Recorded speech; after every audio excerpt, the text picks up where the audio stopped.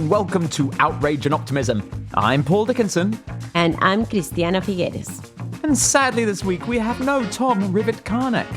But this week we are having a deep dive episode looking into the future of food. Thanks for being here. So Christiana, what's going on? Yeah, so this week, maybe because Tom is not here, we are doing our next episode in our series on the future of food. We're going to be taking, as Paul has already mentioned, a deep dive into the current food crisis that I'm sure everyone is aware of. The crisis that is currently playing out across all global regions, accelerated by Putin's invasion on Ukraine, but not started there, but rather just accelerated and exacerbated. We will explore, with the help of 4 brilliant guest contributors, the reasons why we're facing such an acute crisis. We are going to try to answer a very key question. Is the food system crisis a crisis of economics, or is it a crisis of production? Now, most importantly, we will also hear how we might use this moment of crisis as an opportunity for the food system transformation. That will not catch you by surprise, since we are always in the market for opportunities to transform crises into situations that actually benefit humankind. So with a focus on agroecology, indigenous and perennial crops, and focused policy and financial support, can we build resilience by diversifying our food sources while maintaining yields and regenerating our soil? That is the crux of our conversation. Well, Christiana, what an interesting topic, and actually a rather sobering and almost terrifying one. I mean, I was doing a little bit of research before the episode, and do you know the World Food Programme is now saying that people suffering acute food insecurity is at 323 million, and that's up a 4-fold increase since 2017. And when I think of that, something like the pandemic, where tragically perhaps we lost 15 million people, the idea that there could be 20 times that number at risk from food insecurity, I'm starting to worry that we're kind of failing as a species somehow. I mean, it's really deep, this. It's pretty profound. I mean, is there something wrong with us? Did we not teach global responsibility in schools? Or is it that Gus Speth point about the fact that we've got this problem with greed, apathy and selfishness, and we need a spiritual and cultural transformation?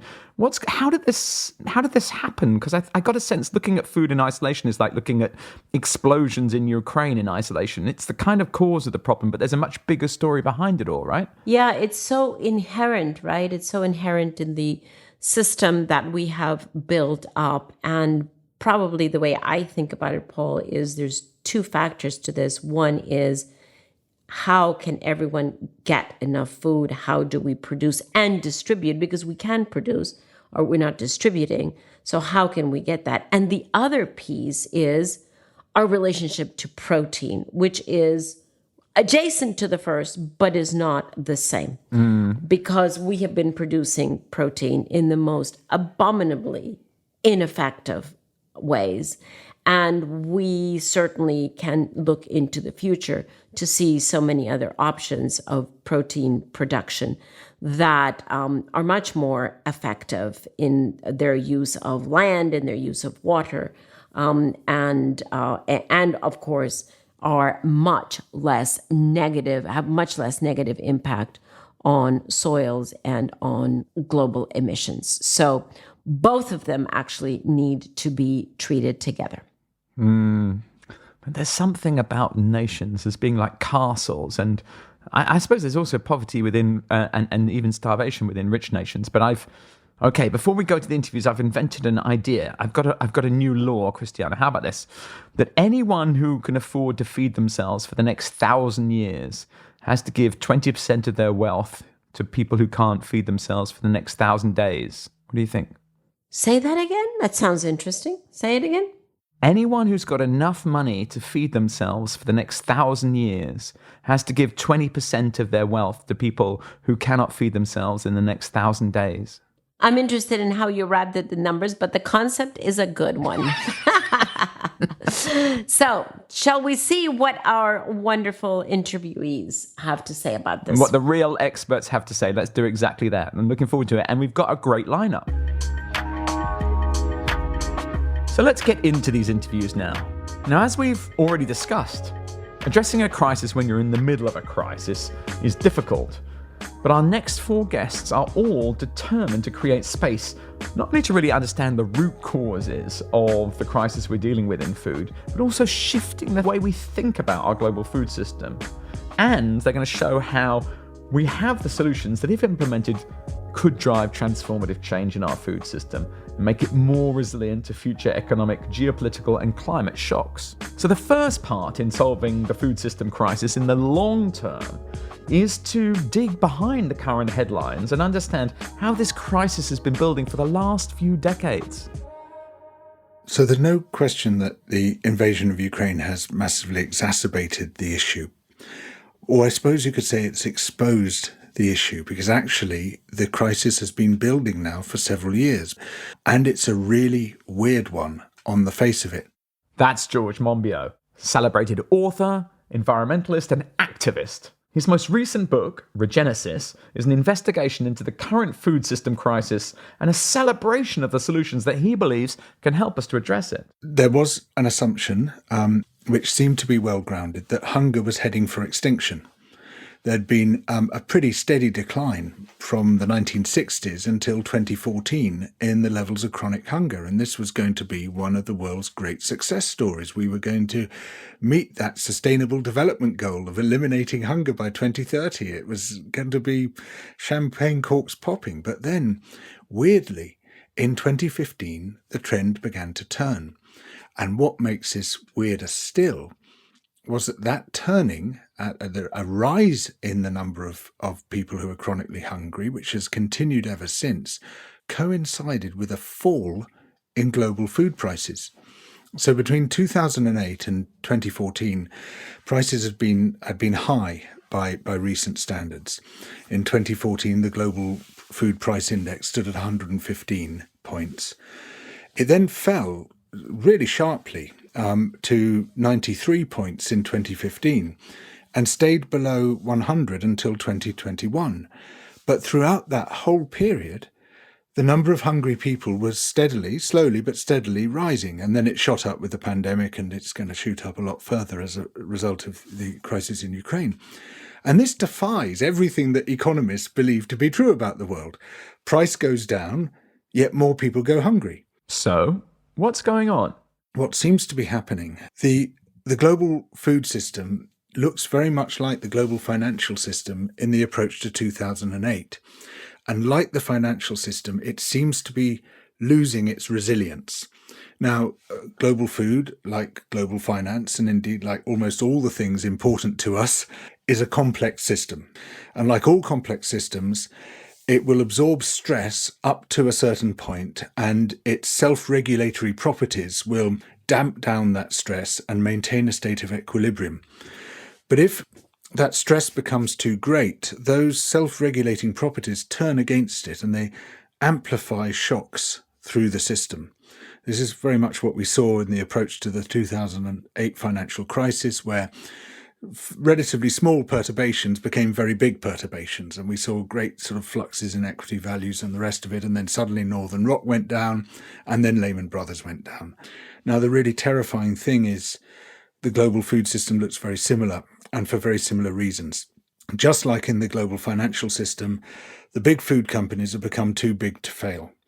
On one analysis, the 4 companies control 90% of the global grain trade. The same companies own a lot of the seed trade, the chemicals trade, the machinery trade, the packaging trade, the processing trade, the retailing trade. There's been this huge consolidation, both horizontally and vertically, and their behavior has started to synchronize. At the same time, countries have polarized into super exporters and super importers. And for the sort of major agricultural commodities, such as maize, rice, wheat, and soy, we really now depend for global imports on just 4 or 5 exporters for each of those commodities, of which, for at least a couple, Russia and Ukraine are crucial ones. How has the task of transporting food around the globe beyond our current state of conflict actually contributed to the precariousness of the food system? So we're looking at a system which is innately fragile, but it's made much worse by something that also happened in finance, which is a shift from stocks to flows. As we've moved towards frictionless trade, towards a sort of harmonization of global trading standards, the upgrading of ports and roads, companies have said, oh, well, we don't need to keep food stocks anymore. We can just keep the whole thing moving with a just-in-time delivery system. And in good times, that works very well. But if something goes wrong, suddenly you've got a massive problem on your hand because the supply chain snaps. I mean, basically, our food reserves are floating on the sea.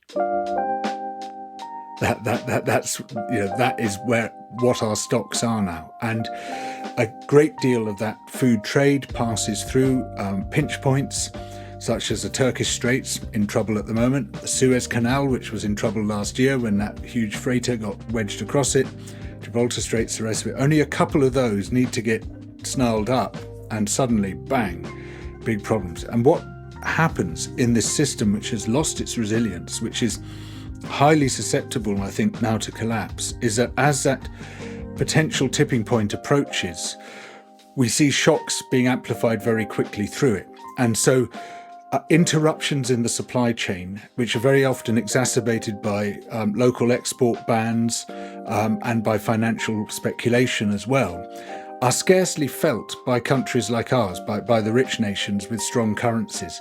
But in the poor nations with weak currencies, who are at the end of the queue with their weak buying power, those shocks are felt very suddenly. And as a result, even when the global price is low, the local price can spike. And that's what seems to have been causing hunger, the rising levels of chronic hunger. That around the world, we're seeing these price spikes caused by the transmission of shocks through the system, which basically looks like the flickering that precedes the tipping point. You know, the governments were able to bail out the banks because they could draw on future money for their bailout.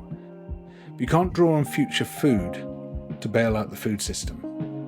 We largely still see food system crises as a function of agricultural production. Meanwhile, most of us are actually largely dependent on buying our food, so it's actually an economic crisis. That's Laura Pereira, Associate Professor at the Global Change Institute at the University of Witwatersrand in Johannesburg, South Africa, and she also works as a researcher at the Stockholm Resilience Centre at Stockholm University in Sweden. I think, at least in South Africa, which is largely where most of my work has been done recently, it was actually the COVID lockdown that spiked a really large realization on how fragile our food system is and how prone to hunger people actually are. So sort of how borderline so many people who are sitting at the margins of income, of uncertainty in terms of where they're going to get their next payment in order to go and buy food. So it's not about how much we can actually produce necessarily on our farms. Subsistence agriculture is super important. Household gardens equally are too. But it's actually increasingly becoming an economic problem. And so you're seeing now a big discourse, rightly so, on the war in Ukraine, Russia, hoarding wheat, being able to sort of sell it on to other countries for geopolitical influence, you know, food actually being seen as a political tool. And we are going to see a lot of impacts in that area because we are dependent on trade when it comes to our main staple grains in particular. Laura makes an interesting point about the impact of the current price mechanism we use and how this contributes to the crisis. It's also interesting that you started to see price shocks even before we actually had an access problem, right? And that's also leading sort of that stems largely from speculation, right? In futures markets, there's increasingly a lot of work that's been sort of written on how you can hedge bets, right, against this potential future loss, and sort of start to drive prices up now already. And it's that price mechanism that's actually the critical aspect that we're talking about when we're talking about a food price crisis now. So it's less about just the mere availability and more about the fact that people just can't afford to buy the main basic staples. And I think that that's the systemic problem that we're really having to fix. If you want a resilient system, it's not just about making sure that production is fine, which is an important aspect, and particularly under climate, we know that's going to get increasingly hard to do to actually meet needs. But we currently do produce enough food globally to feed everyone an adequate diet. There is, of course, a history that we need to also think about when we talk about land use in the Indian context. For instance, there is a huge role. The IPCC's last report that came out actually recognized the colonial history that we also need to keep in mind when we think about impact of climate change. That was Ruchika Singh, Director of Sustainable Landscapes and Restoration at the WRI, or World Resources Institute in India. Ruchika puts in context how the challenges India is now facing can in part be seen as a result of the green revolution that was put in place to meet the food crisis in the 60s and 70s. In the Indian context, of course, we've had the green revolution, which was fantastic, which helped, which was solving basically problems of a particular time in a way, right? Because we were dealing with the issues around food security. And those issues were critical if we had to kind of feed the population. But in the current context, what we basically are facing is implications of that resource-intensive agriculture in India, which is causing agrarian distress. There is impact on soil health, and agricultural biodiversity is low. So, George, tell me what you think we need to do to bolster resilience in our food system to ensure it does what it's supposed to do and feed the growing global population.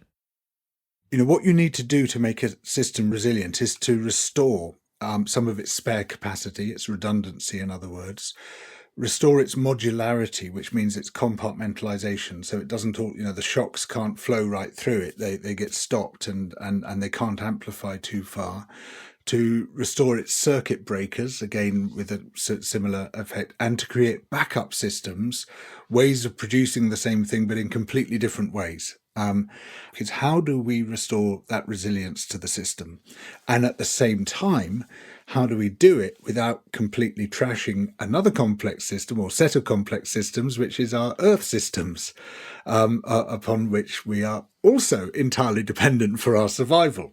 I think there are lots of new ways of doing things, lots of ways of restoring that diversity and redundancy to the system which we so desperately need, while at the same time protecting our life support systems. And the principle behind it, what we should aim for is food production which is both low impact but high yield. So how do we do that? And I've been looking at what I think are some really exciting ways forward. One of them is a switch from annual grain growing to perennial grain growing. Almost all the grains we eat, whether they're cereals, whether they're beans and pulses, whether they're oil seeds, are produced by annual crops. Large areas dominated by them are very rare in nature, and they generally occur as a result of an ecological catastrophe. So to grow our annual crops, we have to create a catastrophe every year.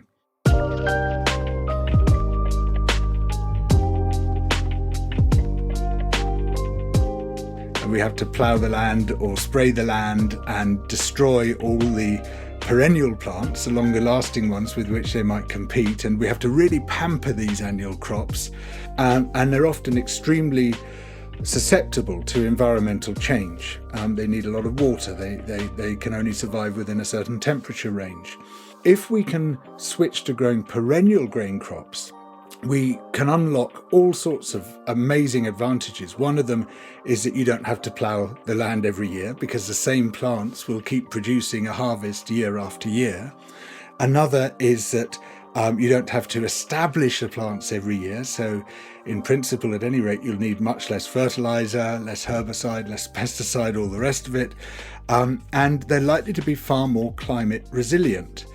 In Salina, Kansas, a group called the Land Institute has fulfilled a dream which has eluded scientists for the past 100 years, and they have managed finally to produce a range of perennial grain crops. And their first one has already been fully commercialized. Working with Yunnan University, they've produced a perennial rice variety, which has now been harvested 6 times and still has the same yields as annual rice does. Farmers in Yunnan are desperate for the seed because it not only greatly reduces soil erosion, which is a huge problem there, but also greatly reduces the need for labour, which is also a massive problem because the young people have moved to the cities. It ticks so many boxes.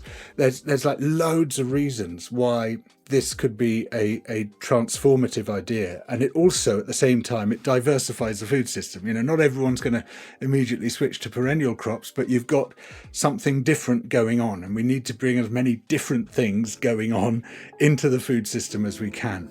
Now that's really interesting, George. But can you tell us, what about our other sources of fresh food? I've been looking at fruit and veg as well, and following the extraordinary work of a grower called Ian Tolhurst, or Tolly, who's actually based here in England. He's anticipated recent developments in soil ecology, which show that fertility is as much a function of soil biology as it is of soil chemistry, because plants get their minerals with the help of bacteria and fungi. In fact, they really struggle to get minerals without bacteria and fungi, and they have a symbiotic relationship with them. And what we're beginning to see is that if we can mediate that relationship between the plants and the microbes, you can greatly reduce, or perhaps, as Tolly has done, eliminate the need for fertilizers and manure. And without any fertilizer or manure, across 34 years, he's now raised his production levels to hit the lower bound of what conventional growers are producing on good land. It's quite extraordinary. And what he's done is to just tweak that relationship between plants and microbes. And Tolly's real breakthrough was the discovery that if he sprinkled a tiny amount of wood chip onto the green manures that he grows underneath and between his crops, that seemed to alter that carbon-nitrogen ratio sufficiently suddenly to give him a massive yield boost without any fertilizer. I mean, the wood chip isn't a fertilizer, it's an inoculant which helps to stimulate the growth of bacteria and fungi. And it is an astonishing achievement. He's now maintained those high production levels for 12 years, having had rising fertility and production across the whole 34 years he's been there, but he sort of made this breakthrough about 12 years ago, and lots of people are now trying to do what he's doing. And it's a sign that actually these new developments in soil ecology, you know, because I mean what Tolly did in practice years ago, we're just beginning to understand in theory, could give us some major breakthroughs in the way that we grow crops. We are all agreed that we need to transform the food system.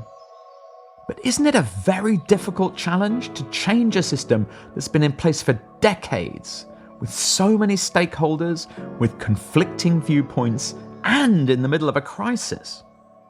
It's something that we need to come to terms with, that transformation is hard. It's difficult, sort of getting away from our business as usual, the status quo, particularly for those of us who are privileged enough to actually have our basic needs being met. Why would we want to shift away? It's not something easy. So it's also quite often very much at odds with meeting present needs. And so sort of that chronic response to hunger right now, which is extremely necessary, doesn't necessarily allow us the space for longer term kind of visioning of what is the future system that we want to build, because there's always going to be a moment of tension, of disjuncture happening around there. And so that's just something to bear in mind when we're having these conversations, that it's not easy. On the other side, in terms of sort of practical solutions, there tends to be a dichotomy of viewpoints. You know, it's like global trade is going to save us. As long as we produce enough globally, we'll be able to be resilient against climate impacts on production in some areas. We'll be able to source things elsewhere. I think we really saw that that trade was not always going to be the answer, particularly under the financial crisis. You saw trade barriers go up in countries like where riots were breaking out around sort of lack of access to food. Does trade still have a role to play? Shouldn't we be therefore trying to eat more locally? We need to look at how the trade regime can help, because I think that global aspect is important. There's so many communities around the world who are reliant on exporting their products because, coming from a country where I can really appreciate avocados and mangoes and grapes, and, we have a really big citrus export market in South Africa, and having just come back from Latin America, where similarly, just all of these foods that the rest of the world really wants, you're not going to get rid of trade anytime soon. I'm not going to give up my morning coffee either, even though, that's not something that South Africa is producing en masse. So that's an important aspect to take into account. So then the other side to that is we need to sort of go local, eat everything, sort of within a 10-kilometer radius, or at least within our country, which is an important aspect of resilience, because that is how sort of you build resilience against shocks that are happening elsewhere, but not necessarily against shocks that are going to be happening within your local food system. And that's where that need to be able to have access to food from elsewhere is important. Where have you seen the most compelling solutions that strengthen resilience? The main solution space that I've been working in has not been this global versus local debate, has been around diversification, around like how we actually need options. We need to increase the types of foods that we're actually eating. And this is because it's not just from a production perspective, in terms of like, if you're only growing wheat and that gets knocked out, you're going to have a problem. So there's both the resilience from that perspective, but the way that we grow our food also needs to be diversified. So the kinds of species that we're having, I think everyone is pretty familiar at this point that we're extremely reliant. I think it's sitting over 70-80% of our food is actually coming from rice, wheat, and maize, and now increasingly soybean too. And just a reliance on 3 to 4 crops is clearly not the most resilient of strategies at the planetary level. And then there's dietary diversity. And for me, this is a really important component, because largely the discourse, particularly around development, has been around meeting, or it was originally around meeting basic calorie needs, right? And you can meet basic calorie needs just from literally giving someone a bowl of rice for meals every single day. And yes, you're going to meet your calories, but we know that you're not going to be meeting your micronutrient or sort of other, even macronutrient, protein, etc. Food is so much more than calories and nutrients. It's about culture. It's about experience. It's about coming together and connecting to nature and the earth, and you are what you eat, and all of these other kinds of discourses. And that often gets lost when we sort of start to come up with these quantitative indicators of we're doing badly, we're not doing so well. And I think that if we're going to be aiming for an aspirational future food system, that it shouldn't be about just meeting people's basic needs, which is of course extremely important, but also to take into account the cultural components. And so how can we do better? And for me, that is going back to the lost crops, to the crops that were actually kind of sidelined as famine foods, for example. There's so many narratives around that. For example, cassava, which isn't indigenous to Africa, but is very much a part of the staple foods in Western and Central Africa in particular. Because it is extremely resilient and you can do a lot of things with it. Sorghum and millet. So in South Africa, the production and the consumption of sorghum has just declined over the past 20 years. And yet it's an extremely nutritious grain, as versatile as maize is, with maybe some other nutritional benefits. And you can do all sorts of interesting things with it. So I don't work largely with farmers, even though there are a lot of important sort of regenerative agriculture and agroecological processes that work with diversity, that sort of move against this monoculture aspect.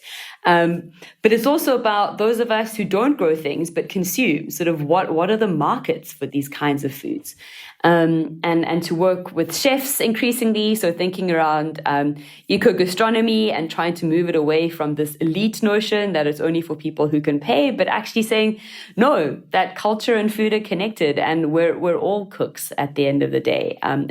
But we do need the skills, we do need that knowledge to be able to make use of the diversity that nature offers us, in terms of the plate. And that's where I think a lot of the really interesting work can start to happen around opening up alternatives for where a food system can be nudged.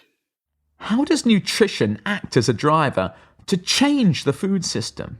And what are the other factors we need to consider? One of the things that we look at very closely in terms of when we are thinking about, informing India's transition, as I was saying, to a sustainable food and land use system, one of the things to look at is how do we also attain nutritional security. So in some sense, India has food security. I mean, not in, of course, all the different components, some of these cereals, etc. Right? But the larger challenge for us has been, undernutrition. I mean, we have really high rates when it comes to undernourishment as well. We also face a dilemma where there's, obesity in urban areas, but undernutrition in a lot of communities. And, how do we think about planning for sustainable regenerative agricultural practices, which can also diversify the food plate, if I can say that, which basically would mean, and that's where a sort of transformation in the agriculture practice itself is needed, right? So, I mean, one is about how do we sort of have shorter supply chains? How do we plan for food production? Diversify from, historically we used to also grow a lot of cereals and, millets, etc. But now there is a lot more focus on wheat and rice.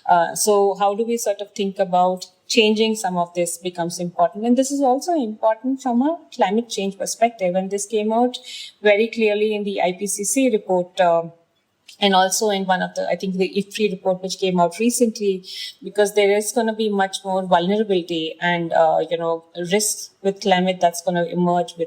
We're going through a heat wave right now in India.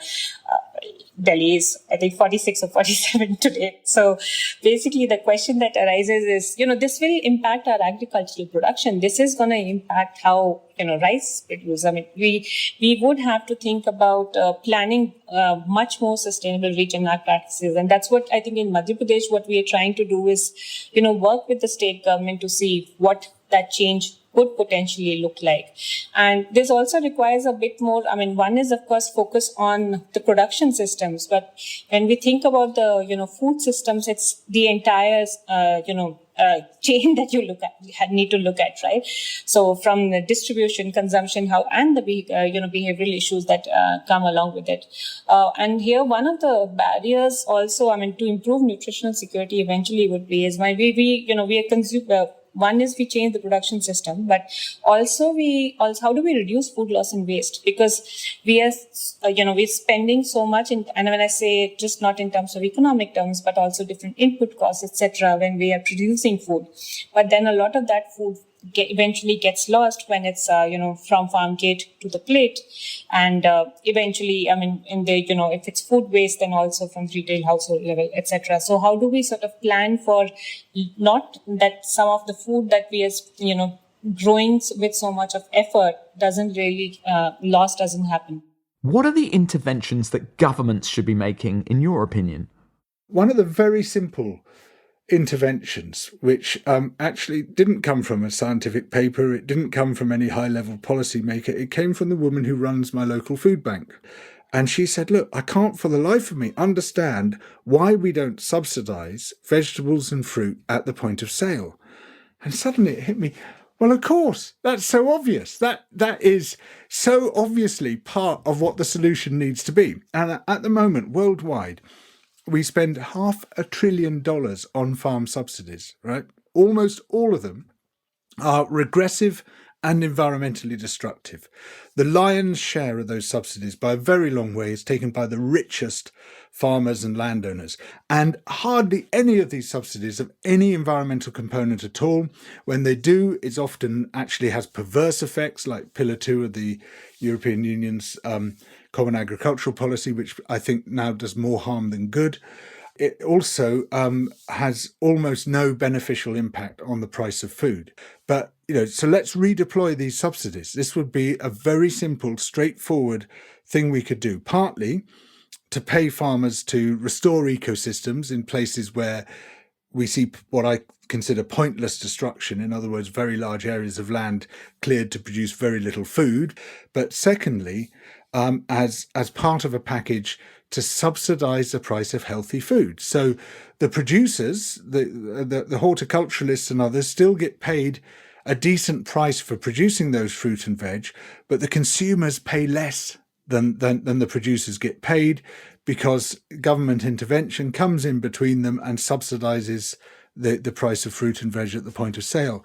And that would make a really huge difference, I think, to global nutrition.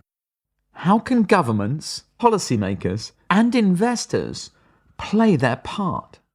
So I think the first important aspect to put out is around political economy. And as you were seeing this kind of consolidation around specific species, we've also seen a consolidation around corporates and companies who are basically in control of the food system. You can sort of like go down to sort of the main ABCD grain traders, for example.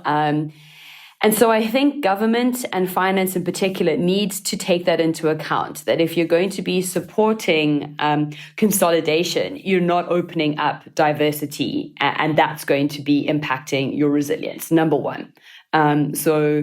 So can we look at alternative, potentially much more marginalized food system actors, people doing things on the edge, people doing things that are working in particular contexts, but that don't necessarily have to scale up. And this is going to be my main message, I think, just for finance, for government, who are always looking for the big return on investment. What is it that we're getting? How are we scaling up this intervention? Joseph Stiglitz back in the day wrote about economic development programs that the cookie cutter approach doesn't work. You can't take this here and put it there. Just replicating, scaling up is not actually going to be an effective solution. That's how we got to the problem in the first instance, was pretending that everyone could eat the same thing everywhere.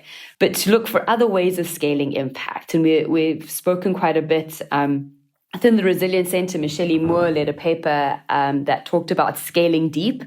So it's about the principles of engagement. So what is it that we're actually trying to scale? We're trying to scale connections between people and land, and the ocean, where we're actually getting so much of our food from. Connection to cultures and to history and to place, and all of those other things that I think that's what we want to be scaling. It's not just the profits or the get bigger or the model that needs to just be replicated. And so to look for things that, if it works in place, that's amazing and that's okay, and we can support it, and we can find something else that works in a different place, because they are going to be those actors, those entrepreneurs who are wanting to experiment and to do something differently. That's my main message, is to stop looking for these massive returns, this like huge impact, and we're going to save the millions of hungry people. It's like, no, let's just get it right in one place, and hopefully that'll be a much longer term, more resilient solution.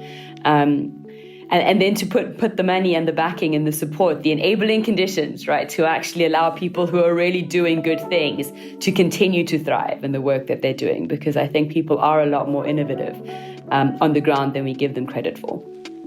So this sounds amazing. Get it right, focus on one area, and do the right thing. So let's dig in. What challenges do entrepreneurs working in land use, food systems, and restoration face in India? So one of the challenges that we've seen with the restoration businesses, these are basically entrepreneurs who are working on restoring farms and forests in India, has been that, how do you sort of see, that these companies get the right kind of capital support, whether it's in terms of equity, venture fund, whatever it might be, different kind of financial models, right? But they get the right support. And with the land accelerator, what we've learned is that in the initial, a lot of these industry, at least in the Indian context, and we know that this is true for the global context as well, because we run the land accelerator in the African and Latin American context as well. There is most of these entrepreneurs are really in early stages. And what these entrepreneurs need is support in terms of financial capital impact funds so that they can reach the next stage. And, we can really create what I like calling a restoration economy, which will help in, restoring land, but we're also sort of enhancing income and livelihood. So it becomes like a self-sustaining cycle. In the Indian context, with the restoration land accelerator cohort that we've seen, and this is one of the gaps that we've been seeing now, there is a lot more interest from impact invest funds, etc., in the land sector, but it's not the same as you see for the energy sector, for instance. I mean, much more matured area, right? So that's been one of the issues that we've seen, and yes, much more is needed. So requires slightly different kind of thinking. We've been starting to already, so one of the things that we've been trying to also do is how do we sort of bring more sort of finance to implementers on the ground. So we launched the Terra Fund in Africa. WRI had launched in Africa, at the last COP. And so that's one way to see, how do you create these technical finance facility in a way? How do you sort of create the right kind of mobilize funds which can come to implementers on the ground? So we hope to bring something like that in the Indian context as well at some point. So, much needed, basically. How does the issue of land use impact discussions of food systems? Land use, I think, should be seen as almost the number one environmental issue. We think about climate, we think about pollution, but actually the sheer quantity of land we use determines the extent to which ecosystems survive or fail. Because all the land that we use for extractive industries is land that we can't use for forests and for wetlands and for savannas and for the other crucial ecosystems on which most of the world's species depend. And by far and away, the greatest use of land by humans is for farming. And by far and away, the greatest use within farming is for grazing livestock. Over 2/3 of all farmland is used for grazing livestock. 28% of the world's entire land surface is used for grazing livestock. And yet that produces, from grazing alone, just 1% of our protein. This is a phenomenally profligate way of producing our food. So I've heard people say that we need to eat less but better quality meat. Is that right from your perspective? There's a sort of gastro-porn elitism which has developed, which I see as a really, really dangerous trend. And this is exemplified by the fetishization of pasture-fed beef. We should switch away from these ugly, intensively farmed meats and switch towards pasture-fed beef, and that's going to solve our problems. Well, I think there's no more damaging farm product than organic pasture-fed beef. And the reason for that is the sheer quantity of land that it requires, but also the massive amount of greenhouse gases it produces. And people say, oh yeah, but we're going to, you're going to have this shift alongside people eating a lot less of it. It would have less and better meat. And you say, well, if that's the case, it's going to be phenomenally expensive, if that's where we're going to get meat from. So the very rich will continue to eat just as much meat as they eat today, and nobody else is going to have meat. So this isn't a solution to anything. It's incredibly environmentally damaging. It's also socially grossly unjust, and yet it's become like a mantra: less and better, pasture-fed meat. It could not be worse. So George, what is the solution to this? I think the most important of all environmental technologies has turned up just as we need it most, which is precision fermentation. By breeding microbes through basically refined brewing, could, with a tiny environmental footprint, absolutely minuscule by comparison to the way we do it now, provide all the world's protein and fat. It's a viable technology. It's now up and running. It's pretty well ready to be fully commercialized. The big danger is that corporations capture it. And, we have to fight corporate intellectual property rights right across the board. They are one of the most dangerous forces on earth today.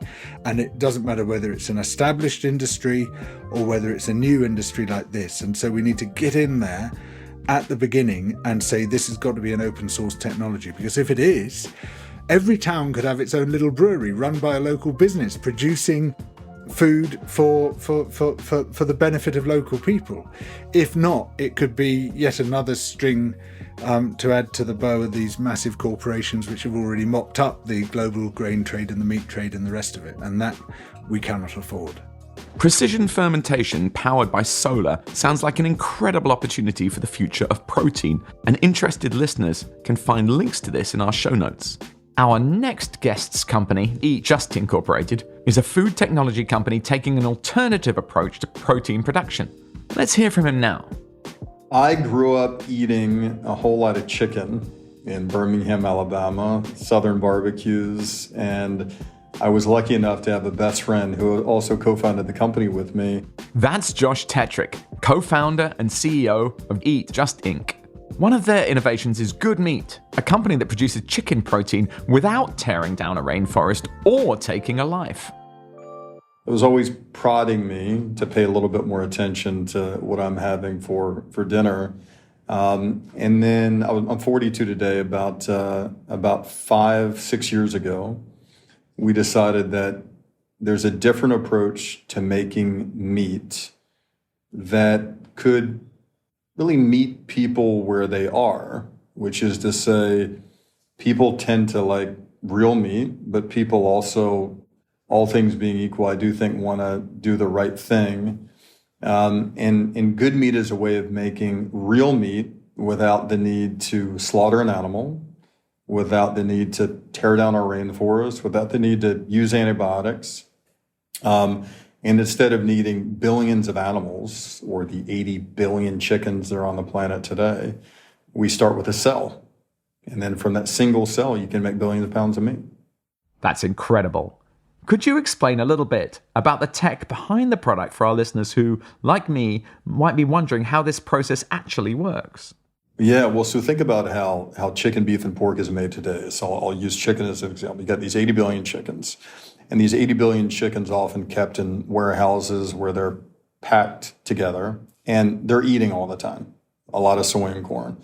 And that soy and corn requires a lot of land. And about a third of our ice-free land today is dedicated to chicken feed and feed for cows and feed for pigs.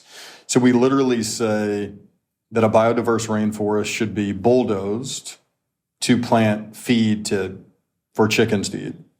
So they typically eat for about 45 days, and they're slaughtered and chopped up into chicken wings and chicken bites. What we do is to say we want to give you the end product, but made in an entirely better, kinder, more climate-friendly way. So we start with a cell, and we can get that cell from an egg. We can get it from a fresh piece of meat. We can get it from a cell bank. And then once we have a cell, we then identify nutrients for that cell to consume. So think about the soy and corn that a chicken's eating. Vitamins and minerals are going to the chicken's body, and fat and muscle are growing on the bones of the chicken. Well, we don't have the live animal, but we still need the nutrients. So we identify a similar set of nutrients for the cell, and that's called cell line development. And then we take that process of the cell and how the cell is consuming that nutrients, and then we integrate it into a large production vessel. The technical term is called a bioreactor, but visually it looks like what you would see in a brewery. And then that cell is growing in this vessel. It's doubling, it's doubling, it's doubling, it's doubling. And then after about 2 weeks, you have your raw chicken. And then we take that raw chicken and then we can make it into a chicken bite or a chicken breast, or whatever kind of chicken we want to make. And the end product tastes like chicken because it is chicken. So if you had a chicken allergy and you ate it, you would have an allergic outbreak. But it's without any violence at all. It's free of all the microbiological issues of Salmonella and E. coli. The United Nations Environmental Program said the number one driver of zoonotic disease is the increasing demand for animal production. So it's a little to no risk of zoonotic disease. Analysis says that it's about 90% less carbon intensive in the conventional way of doing things. But it's still real meat. And,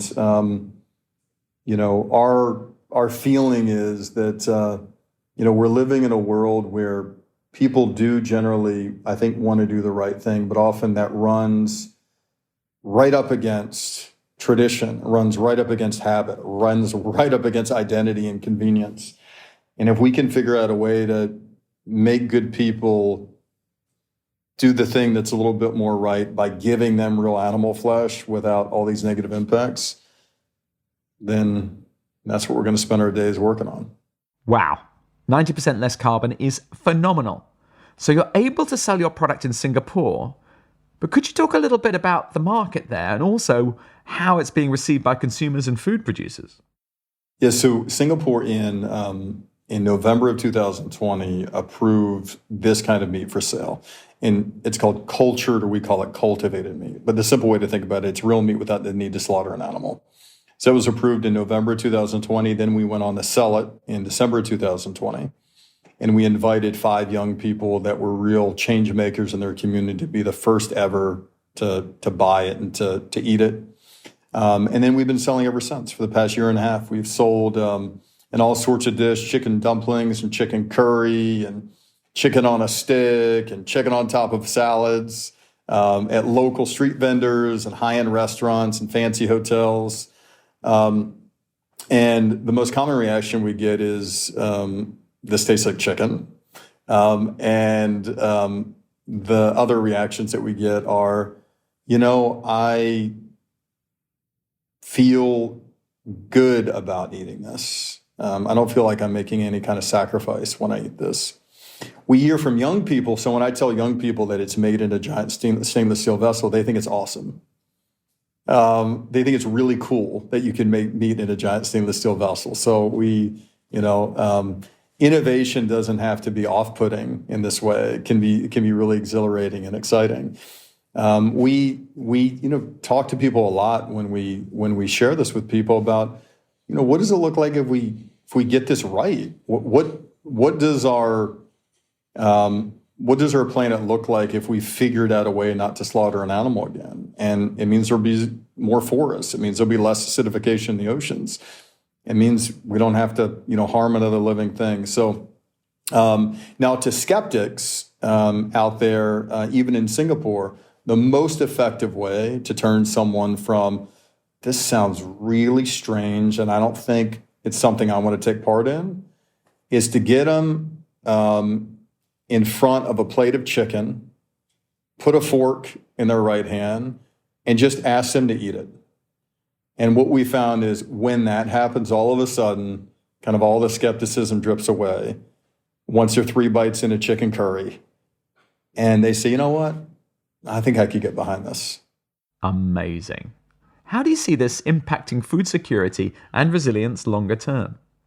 Well, by any measure, our food system, our way of consuming meat has not given us a resilient food system. It is accelerating avian flu and other zoonotic disease. It is accelerating climate change. It is accelerating food security issues. And at the heart of it is that when you have billions of people who want meat, it means you need billions of animals.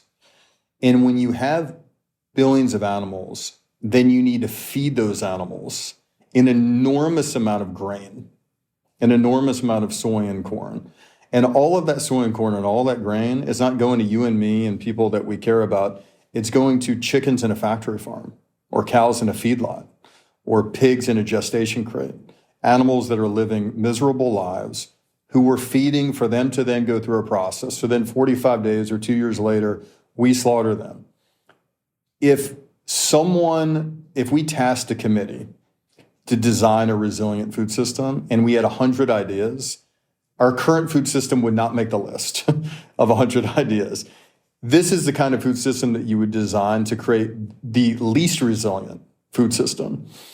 When you start with a cell as opposed to a live animal, you don't need all that land. You don't need billions of animals. You don't need all that stuff that goes into it. And it means countries like Singapore, which I'm in right now, can build their own food security. You can make meat without hundreds of millions of acres of land. And I think that's why Singapore is taking such a leadership in this. China, just a couple months ago, integrated this idea of making meat free of slaughter into their 5-year agricultural plan, which is a really significant step that China took. U.S. regulators are beginning to pay a lot more attention to it. And, I encourage people who are listening to this, imagine there's been a lot of talk recently about, what does it look like for us to be a multi-planetary species? Just imagine that we were colonizing another planet. No one would ever suggest that we use a third of that planet to plant soy and corn for animals that these new residents of the planet might want to eat. We, of course, would think differently about it. We would have new and more thoughtful approaches to enjoying chicken and beef and the pork that we want, and we think this is one of them. We agree. So how can you see this rolling out at scale? What are the enabling conditions that you need for this to really go global? And how can people with different cultural needs relating to food engage with your product? What we want is, in the decades ahead, that the vast majority of meat doesn't require directing bulldozers to knock down biodiverse rainforests. Doesn't require the slaughter of an animal. That's the world that we want to live in. And to get there, we need to do a few things. And other companies also need to do a few things. One is we need to make more meat. So we're selling in Singapore, but it's not enough. So we just announced we're building the largest cultivated meat facility in Asia right here in Singapore. We announced a couple weeks ago that we're building a large-scale facility in the United States. We need hundreds, we need thousands of these facilities making real meat without the need to slaughter an animal all over the world. 2 is you need more capital to flow in the sector. You need capital away from conventional to this new approach. 3 is you need forward-thinking regulators like those here in Singapore who are not just regulating for today, but are regulating for a food system that we want 30, 40, 50 years from now. 4th is you need a cultural shift. And making chicken and beef and pork in this way isn't just about how it tastes. It's not just about the texture. It's not just about the costs. It's about how it makes me feel. Like even to this day, as much as I know about the issues with chicken production, when I think of chicken, I think about my mom's chicken wing recipe that I used to eat when I got off the bus when I was like 10 years old in Alabama. And I have really fond memories of that. I don't think about all the issues of climate change when I think about my mom's chicken wing recipe. And food is more than a smartphone device. It is identity and is heritage, and it is your mom, your grandma's recipe. And figuring out a way to acknowledge that and to work with chefs to make that real is so critical. And probably the best example of how we've done that in Singapore, there's a street vendor named Mr. Luz. And Mr. Luz has been in business for 60 years. He didn't speak a word of English. He's fluent in Mandarin, didn't speak any English. And we approached Mr. Luz and said, we see a long line outside your hawker stand every day. What would it be like if you use this chicken instead of conventional chicken? And he was up for it. And he put it on his menu. And it normalized it. It created this combination of tradition and new that when you get it right can be really special. And we need hundreds of thousands of Mr. Luz all over the place to help that really be seen by people. What we've done in Singapore, and what Singapore has done, first country to ever approve it, the only place in the world that you can buy it, is really important to acknowledge, but it's just not nearly enough.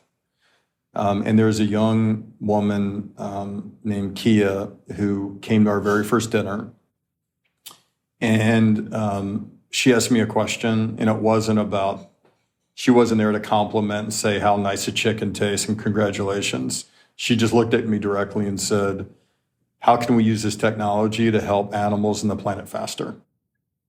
And I just met Kia again to celebrate the groundbreaking. And I was showing her where this 6,000 liter vessel to make real meat without slaughter was going to be placed in the facility. And she didn't say, oh, that's a great thing. Congratulations, Josh. She said, well, when are you guys going to scale so we can have this in retail? And her mindset is what I think we need more of.